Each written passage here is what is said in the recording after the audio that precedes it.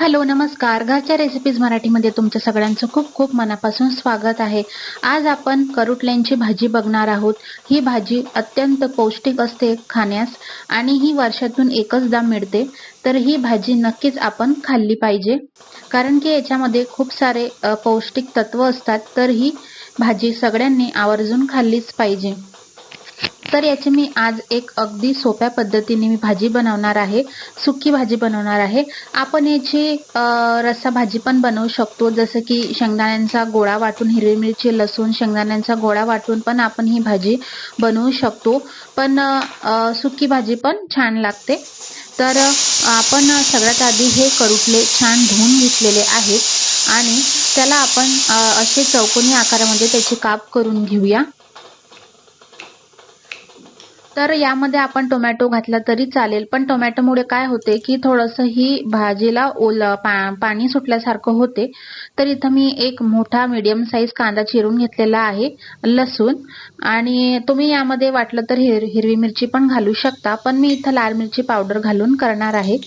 तर फोडणी देण्यासाठी सगळ्यात आधी मी कढईमध्ये तेल घातलेलं आहे. तेल चांगल्या प्रकारे तापल्यावर त्यामध्ये जिरं आणि मोहरी घातली. जिरं मोहरी तडतडल्यावर त्यामध्ये लसणाचे काप घातले. लसण हा मस्त छान असा बारीक चिरून घेतलेला आहे आणि थोडंसं जास्त प्रमाणात घेतलेला आहे. लसणामुळे खूप छान चव येते. नंतर बारीक चिरलेला कांदा घालायचा. कांदा छान परतून घ्यायचा तेलामध्ये. त्याचा थोडासा रंग चेंज होईपर्यंत, गोल्डन ब्राऊन होईपर्यंत छान त्याला तेलामध्ये परतून घ्यायचं.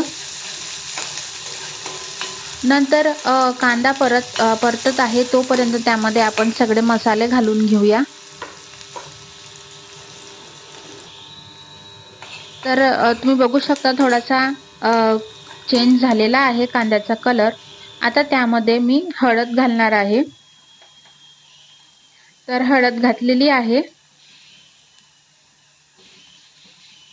नंतर त्यामध्ये चवीनुसार लाल मिरची पावडर घालायची. नंतर थोडंसं मी धन्यांचं कूट घातलेलं आहे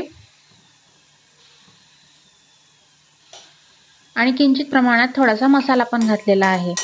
तर याला छान असे या मसाल्यांना तेलामध्ये परतून घ्यायचं. नंतर जे आपण करुटले चिरलेले होते ते यामध्ये घालायचे.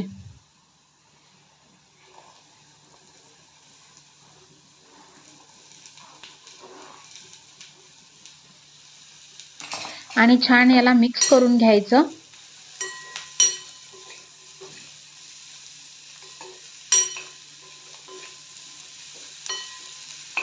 नंतर यामध्ये चवीनुसार मीठ पण घालायचं. आज दुपारच्या जेवणामध्ये मी ही भाजी बनवलेली होती, तर म्हणून हा व्हिडिओ तुमच्या सोबत मी शेअर केलेला आहे. तर यामध्ये मी मीठ घालत आहे आणि मीठ घातल्यानंतर छान अजून याला मिक्स करून घ्यायचं.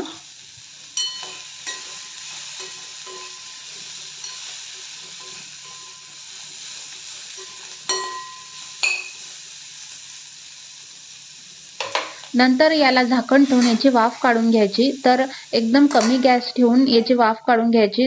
मोठा गॅस नाही ठेवायचा. जर मोठा गॅस ठेवला तर ती भाजी जळू शकते, करपू शकते खालून. तर एक वाफ काढून झालेली आहे.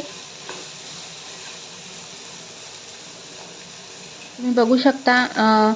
तर अर्धी ही शिजलेली आहे भाजी. खूप छान दिसत आहे आणि चवीला पण खूप छान झालेली होती.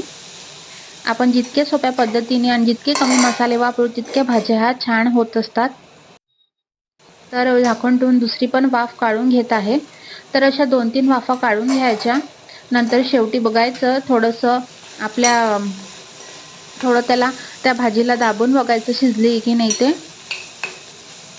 तर अशा प्रकारे करुटल्यांची अगदी सोप्या पद्धतीने मी भाजी बनवलेली आहे. माझा हा व्हिडिओ आवडला असेल तर प्लीज माझ्या चॅनलला लाईक करा, शेअर करा आणि सबस्क्राईब करा. अशा सोप्या सोप्या पद्धतीच्या भाज्या मी तुमच्या समोर आणत जाईल.